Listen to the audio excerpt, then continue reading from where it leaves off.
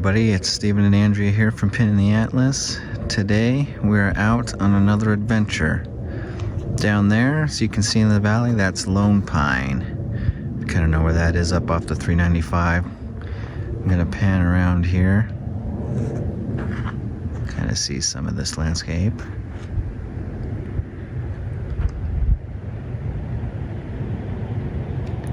Mt Whitney is just up here. And if you can see that small outcropping of rocks, that is where we're heading to. There is an abandoned ashram up there. Alright, there's the trailhead we're going to be walking up. You can see just above the center rock on the trail. Just high up above it on the side of the mountain, that little outcrop, that's where we're heading towards. Apparently at the base of those rocks right there is the ashram. You have some more information about it for us, Andrea? We think it's at the base. It might be further up. We don't know. But it's around 7,400 feet. And this canyon here is called Langley Canyon. A glacier carved this, obviously, millions of years ago. The ashram was built by a philosopher by the name of, and I'm going to have to look this up because I've got it written down. His name was Franklin Marrell Wolfe and his wife Sarah.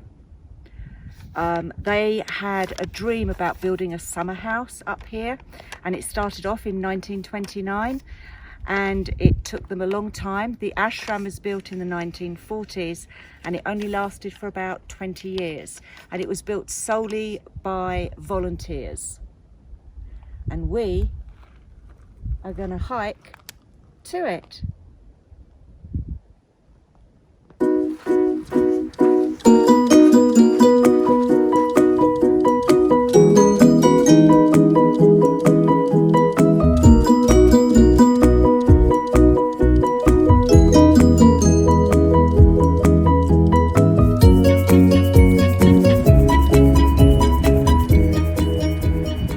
First, let me start off by saying we are human.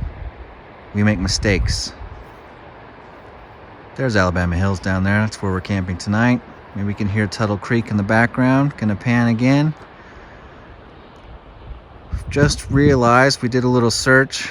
We believe that the ashram is on this side of the canyon. So not the side we're walking on. So not the side we were on, and not at the base of those rocks I was pointing out earlier. I do apologize for any misinformation. But while we're stopping and taking a break, I had a question, and I'm sure most people do out there too. I have no idea what an ashram is. Could you enlighten me? Is it like a Dodge Ram? Or I don't know what a Dodge Ram is. I'm English. An ashram is a spiritual retreat. Cool, okay. Try saying that when you've had one too many glasses of wine. A spiritual retreat. Flawless. Okay, we're going to continue up on this trail, and we'll pick up later on.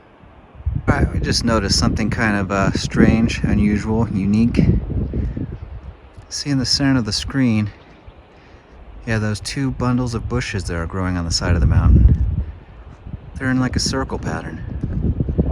That is pretty neat. Alright, so we've been looking, and as we said at the beginning of this video, we've kind of been flip-flopping on where exactly this thing is. We've gotten some different reports, so we've been kind of confused as to where we should be looking. At one point we thought it was on the other side. We were incorrect in that assumption.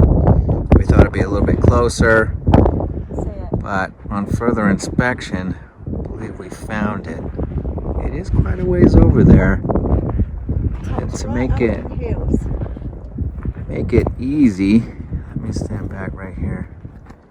Okay, these two trees right in front of me, the one on the right hand side, the very tip of that tree is pointing directly to where that ashram is. I know you're not going to be able to see it on here, but just kind of give you a little idea of how far we still have to go. Okay, we are still walking, getting a little bit more tired now. Found some shade. So I can see it.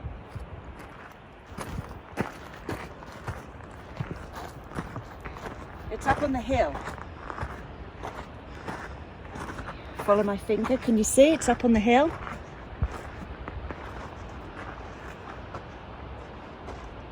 there it is. But now we've got to get across over to it. Okay. Now at least we know we're on the right track. But I'll tell you something.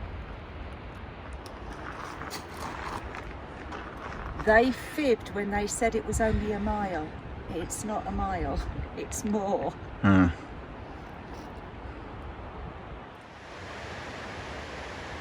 Alright, I'm gonna have to kind of talk a little bit loud because I don't know if the waterfall is too noisy or not. But as you can see, there's the ashram. Still got a ways to go. I'm gonna pan over here to show you something quite impressive. Don't know if you can really make it out on camera, but in the center of the screen, it's a waterfall tumbling down the rocks there. When we get closer, I'll take another video, but that's one of the things we love about nature. Absolutely beautiful. All right, again, I'm not yelling at you, I'm yelling with you. We're here right next to the waterfall.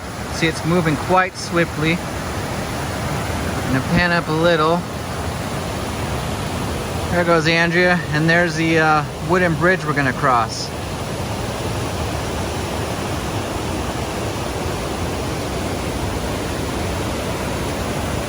Step in some water here. Good thing we got waterproof boots.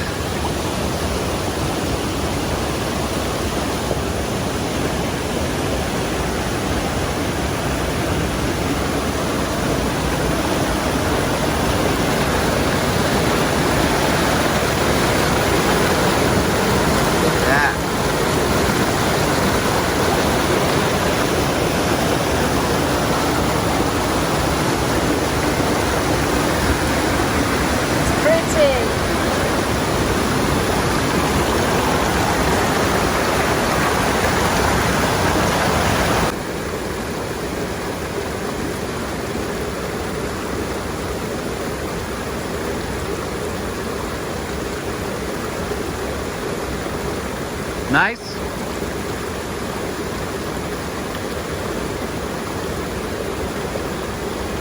All right, my turn. Nice.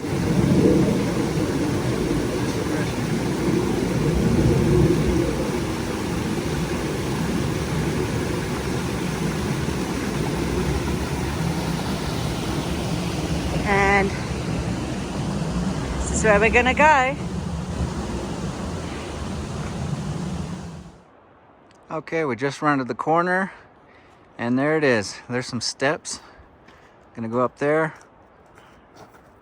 I'm not gonna go with Andrea. I'm gonna turn this off and then pick back up when I get up there so that you guys don't see me trip and fall. Also, a quick side note, Andrea's already disappeared. Just up here, I noticed there's a metal corrugated building. So I guess after we explore the ashram, we'll go check out and see what that is. I don't know if you can make it out on here, but it is back there.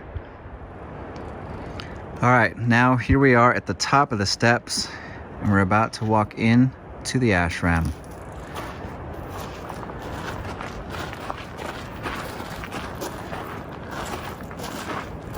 So the ashram was actually they first started building it in 1930. And it took about 20 years. And they used to come up, I mentioned before, they used to come up every summer.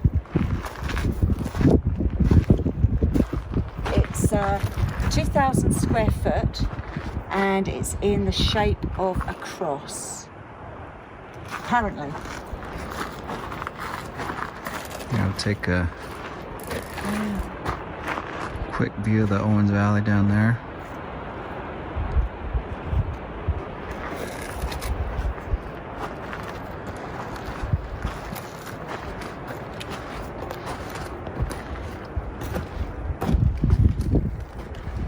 Look at the roof.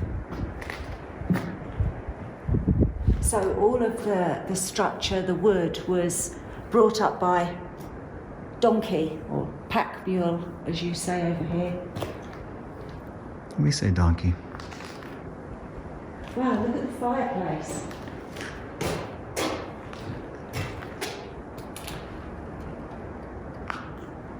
Look at this.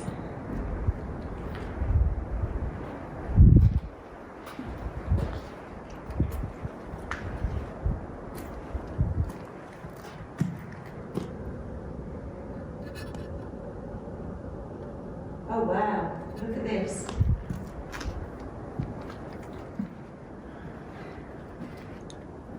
It says built by F.E. Wolfe, 1930 to 50.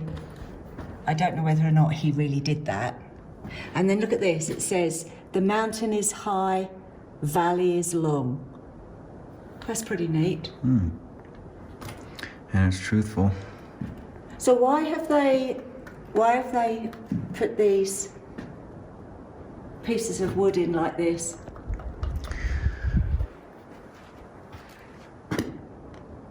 Not certain. They look like little keyways. Because when you pour concrete, you add these little keyways if you're planning on to add on, if you're going to put more concrete so it's got something to sit in. This, however, because it's in the shape of a keyway. Oh. Though I'm not quite positive on the exact reason for that.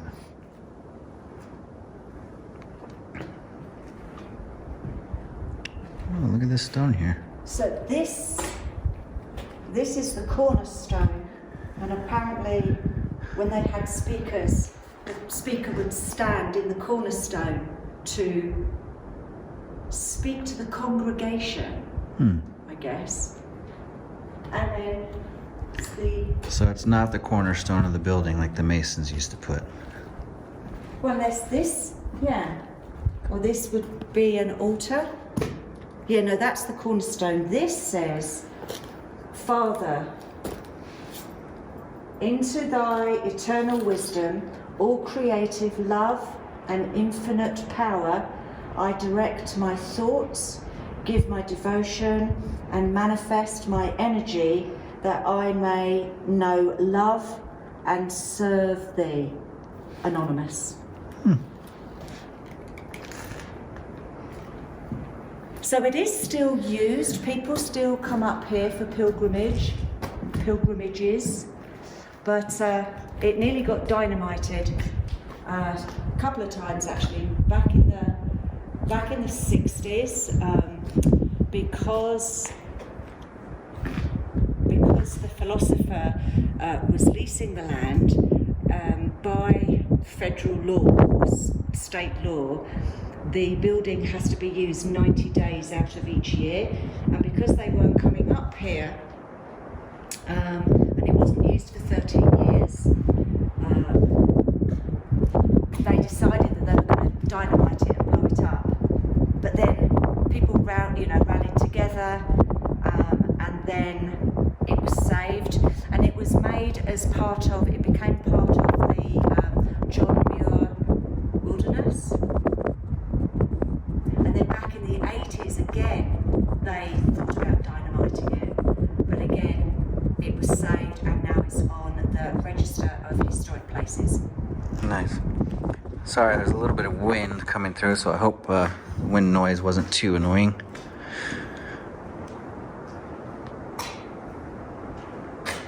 So, 2,000 square foot. It doesn't look that big. No, I guess because of the shape. Well, the ceiling's done very well. It's lasted. Well, considering they had vandals, and everything that was in here was stolen, which is a shame. Yeah. don't understand why people have to resort to doing that. So people, if you decide to make this trip up to the ashram, take only photographs, leave nothing but footprints, no graffitiing on the wall, it's a big no-no. So say I. So say a lot of people. Have a look out the window, look at this. Look at this for a view. And that's Mount Whitney. Imagine waking up to that every day. Beautiful, isn't it? What fantastic scenery. Yeah. This is one of those places where the mountain is so big and impressive, it almost looks like that's a painting.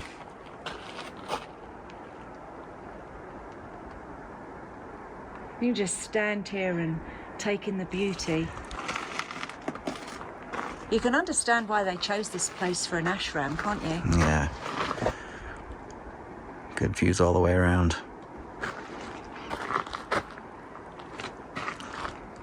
Now this is also bear country and cougar country. So you do need to be careful of bears and mountain lions. We haven't seen any. And also there'll be rattlesnakes further down the trail. Maybe up here. So this is 8,000 feet. All right, we've just walked up from the ashram because we found this metal corrugated building on the way up. First glance, I thought it was locked, but you can get inside.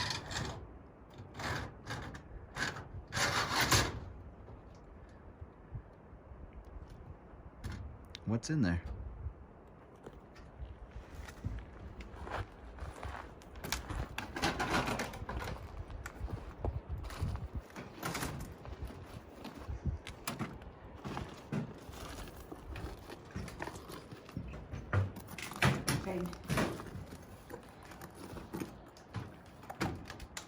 Just a Maintenance shed.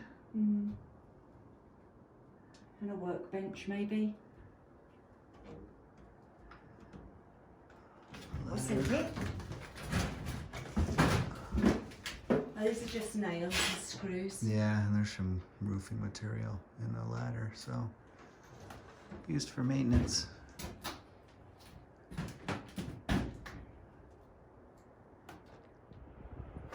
Alright guys, and as with anything, when you leave, you should leave things exactly how you found them. Well, always lock up anything. Saves critters getting in there. Alright, you ready for the long journey back? Yeah. Alright. So we're starting the journey back down the mountain. You can still hear the waterfall in the background, and wow, just take a look at that. It's so majestic.